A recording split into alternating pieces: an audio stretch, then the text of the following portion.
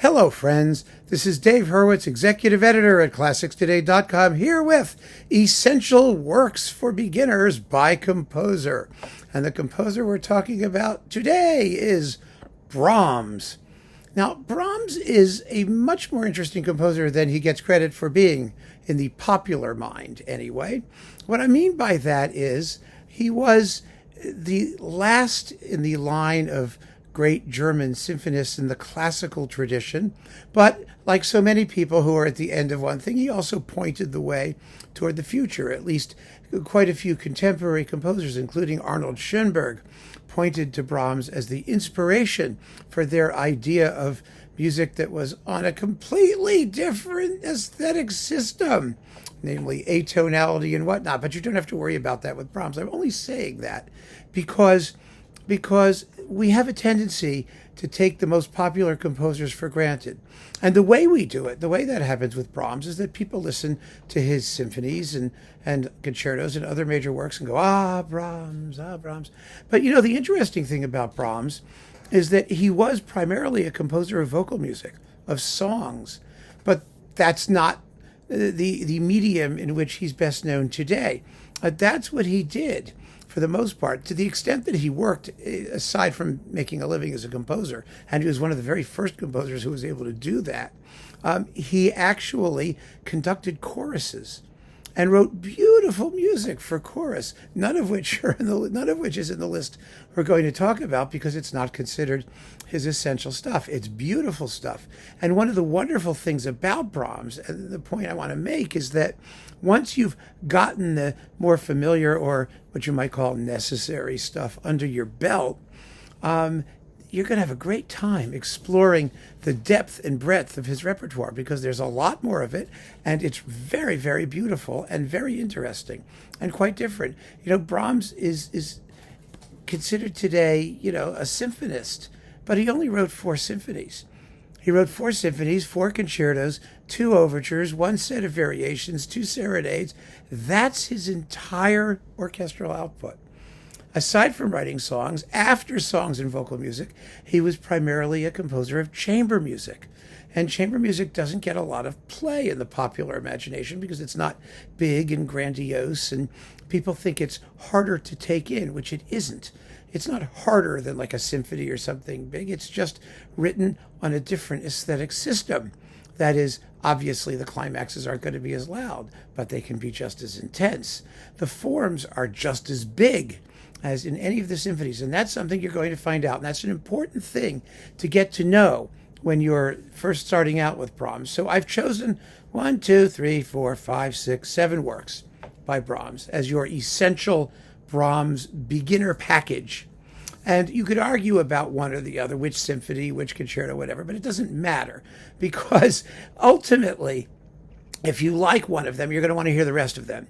And it's very easy to get them because they get coupled together on CDs, or you can download them or stream them. I mean, it's really a very simple process. But the idea is to get to know the medium. And the 2 media that we're discussing here is going to be orchestral music. They're going to be orchestral music and chamber music, and a little bit of vocal music. But the songs and other extended vocal works, those you'll have to pursue on your own. And I leave these things out a little bit deliberately, well, totally deliberately, because, listening to lots of things in a foreign language, unless you happen to be German, that's not necessarily beginner stuff. You want to get to that maybe a little bit later on down the line, although some people will probably take issue with that idea. That's how I feel about it. I think when most people talk about classical music, they're usually discussing or thinking about large works in abstract forms without words. And so we're going to have to do mostly that, but not entirely. Not entirely. So let's get to the list, shall we?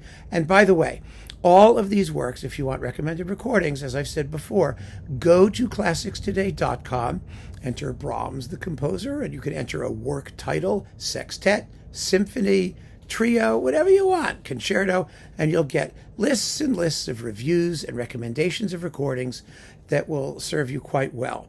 We don't have to make a list here. It's better to do it that way so that you get a sense of criticism, how to read it, how to search for things, and what's in print and what's not in print, and all of that stuff. That's part of the fun on the other side of this initial introduction. So So, number one, the String Sextet, number 2 in G major. Now, I made several videos about this sextet, which I think is one of the most glorious things anybody ever wrote. It's magnificent. It's beautiful. It has fabulous tunes. It's amazingly structured. And in my playlist, How to Listen to Great Music, I take you through this work one movement at a time. And so I recommend that very strongly if you're just getting into Brahms. Give those videos a chat as the introduction to the sextet, because not only does it introduce you to an amazing piece of music you probably don't know that well, if you're a beginner anyway, it also will give you a certain introduction to the concept of chamber music as a whole, as a medium, as a way of expressing the deepest and most intense and emotionally powerful thoughts in music, as often as not, and certainly the case with Brahms. So, String Sextet number 2. Oh my God, it's gorgeous. Then we have Symphony number 1. Well, it's his most famous symphony. It's the one called Beethoven's 10th, which it's not, of course, and the one that Brahms sat on for 20 years before releasing it because he was supposedly so nervous about following in Beethoven's footsteps, which I also think is sort of nonsensical, or at least it shows how much hubris he had. But that's not the point. It's a great, great work. We know it well. It has a fabulous tune in the finale that sounds a little bit like Beethoven as well. And Brahms made his stunning debut as a symphonist with this particular work. The other 3 are, like I said, if you like the first, you're probably going to like the other 3. They're quite different. No 2 symphonies by Brahms are alike, yet they all sound like Brahms. He had a very, very distinctive style. He wasn't entirely comfortable writing for the orchestra. His orchestration sometimes sounds rather thick and dense, but the density and even at times maybe a feeling of awkwardness is part of who he was. And it's part of what he expresses, because the ultimate triumph is the overcoming of any of those sensations of insecurity or diffidence and whatnot. And they're not very noticeable. Let's put it that way. But when you listen to Brahms in comparison with other composers who are flashier orchestrations, you might find Brahms to be somewhat heavy. But that's his style. You get used to it. So Symphony number 1 is where you start with the symphonies. Why not? Begin at the beginning. Then we have the Piano Quartet number 1 in G minor. Now, piano quartet is a wonderful chamber music medium, and quite frankly, aside from a couple by Mozart, essentially Brahms and Dvorak were the ones who wrote piano quartets. And Brahms wrote 3 piano quartets that are absolute masterpieces. The first has a fabulous Hungarian finale. And the fun thing about the first quartet, I mean the tune at the end, da da da da da da da da da da da da da da da da da, it's like gypsy music, it's wonderful, is that Arnold Schoenberg orchestrated it and turned it into a big gigantic symphony with modern crazy orchestration with xylophones and glockenspiels and celesta and all this stuff that Brahms wouldn't have touched with a pair of hot tongs. And it's really fun to listen to. And actually, it's true what you'll see of quite a few of these pieces, that they exist in multiple versions, which gives you double the fun, double the bang for your buck. So after the Piano Quartet number 1 in G minor, there is a German Requiem. Now, this is Brahms' grandest choral work, his largest choral work. It is a screaming masterpiece. It expresses consolation for the bereaved. It's not a sanctimonious piece. It's not a work of any particular religious creed. Brahms was very careful about that. He made his own selection of biblical texts and did his best to express this feeling of consolation. And the music is so beautiful. It's gorgeously written for the choir. Everybody performs it. Everybody loves to sing it. And with good reason, because it's magnificent. And there are many marvelous performances of it that you can choose from. It also has 2 solo numbers for a baritone, one for a baritone, one for a soprano, that gives you a sense of Brahms's writing for solo voices, because he didn't write any operas. He wrote songs, he wrote some other choral works, shorter choral works for the most part, and that was it. I mean, that was it. So these are the German Requiem is one of the great choral works of the 19th century, and I despised it for like most of my life. And it took me a very, very long time to get into it. So it just goes to show. And the problem was me. It wasn't the German Requiem. The thing is a masterpiece. I knew it was a masterpiece. I admitted it was a masterpiece, but it just didn't hit me. Then one day I was listening actually to the Otto Klemperer performance, and it hit me. It hit me. You can never tell. And one of the points I want to make when I give these introductory lists and whatnot is don't worry if you don't like it or if it doesn't strike you at first hearing. Just recognize the fact that these composers were geniuses, that what they did was mostly, not always, everyone had their days off, but mostly great music, but that you are you, and you're entitled to like what you want to like, and you're entitled to your own taste, your own opinions, your own feelings. And the only thing I would suggest is if you listen to something like this that everyone is telling you is great, don't be discouraged. Just put it aside, wait for a moment, give it a shot now and again, and you never know. Maybe it'll slam you. Maybe it won't.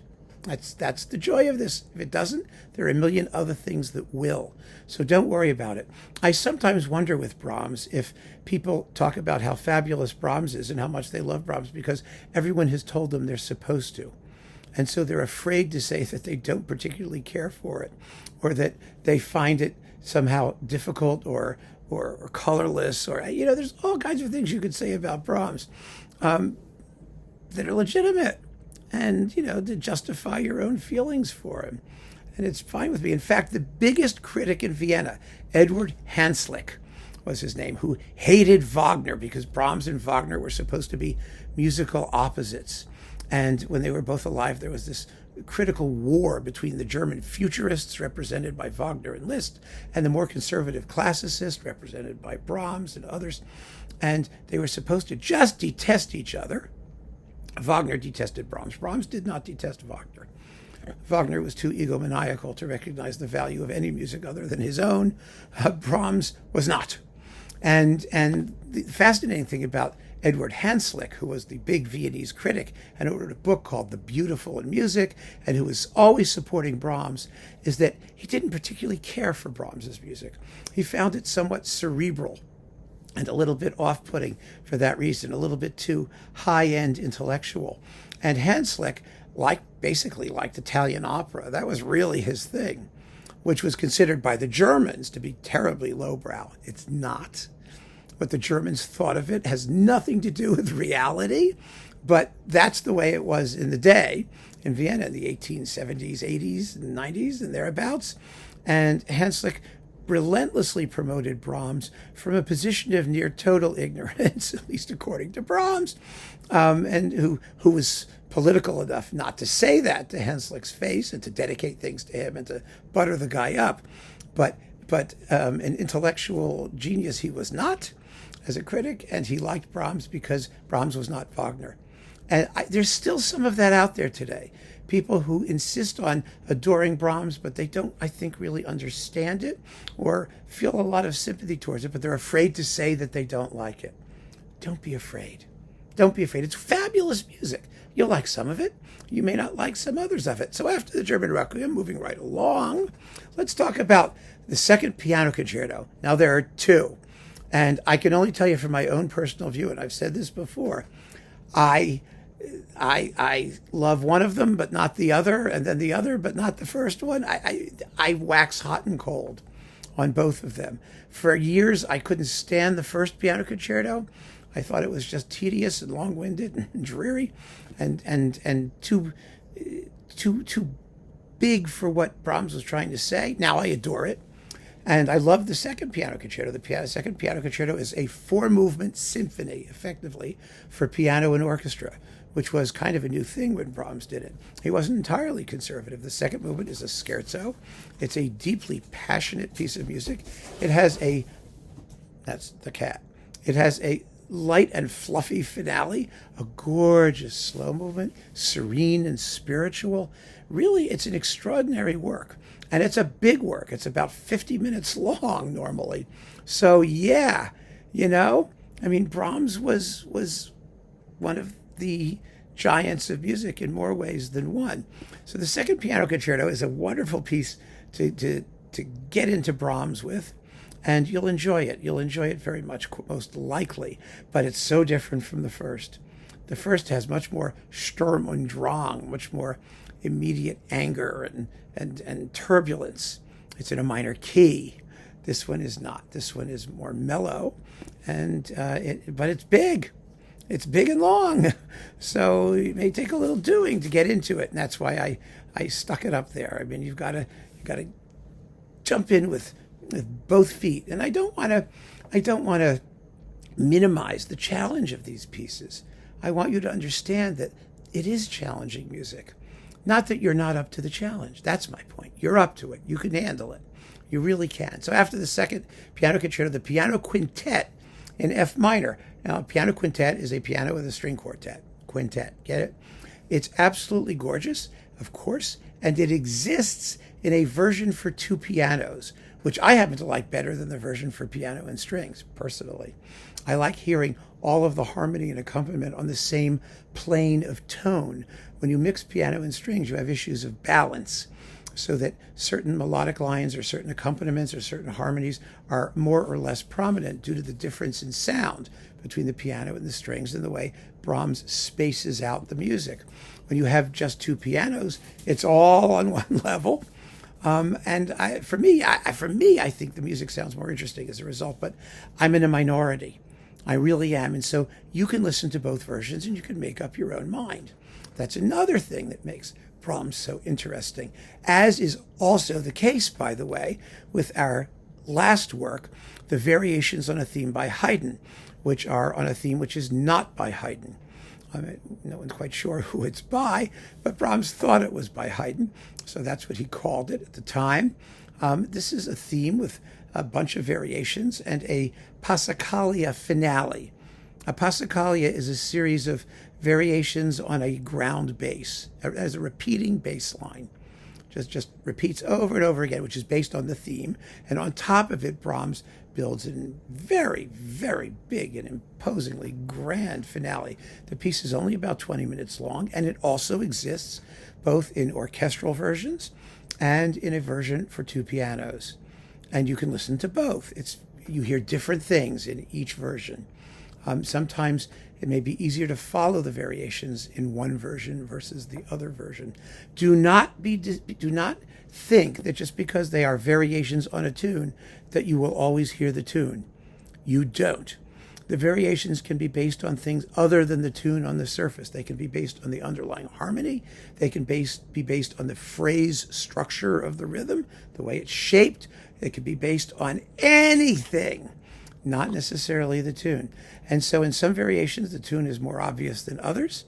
And it's a beautiful, brilliant work by Brahms, who was one of the great variation writers of all time. It was something he did supremely well. And there are other sets of variations for piano, the Handel variations, the Paganini variations, that are really, really quite wonderful. And you can discover them at your leisure. So that, my friends, is Brahms. As I said, if you want to find excellent recordings of these works, you can watch my videos about these particular works, or you can go to classicstoday.com and read reviews of individual recordings. There are many, many resources to help you on your journey once you decide what it is that you want to listen to. And of course, just download something if you don't want to spend money, stream it, listen to it, get to know it. The important thing, as always, is to keep on listening. So thank you so much for joining me, and go get your Brahms. Take care.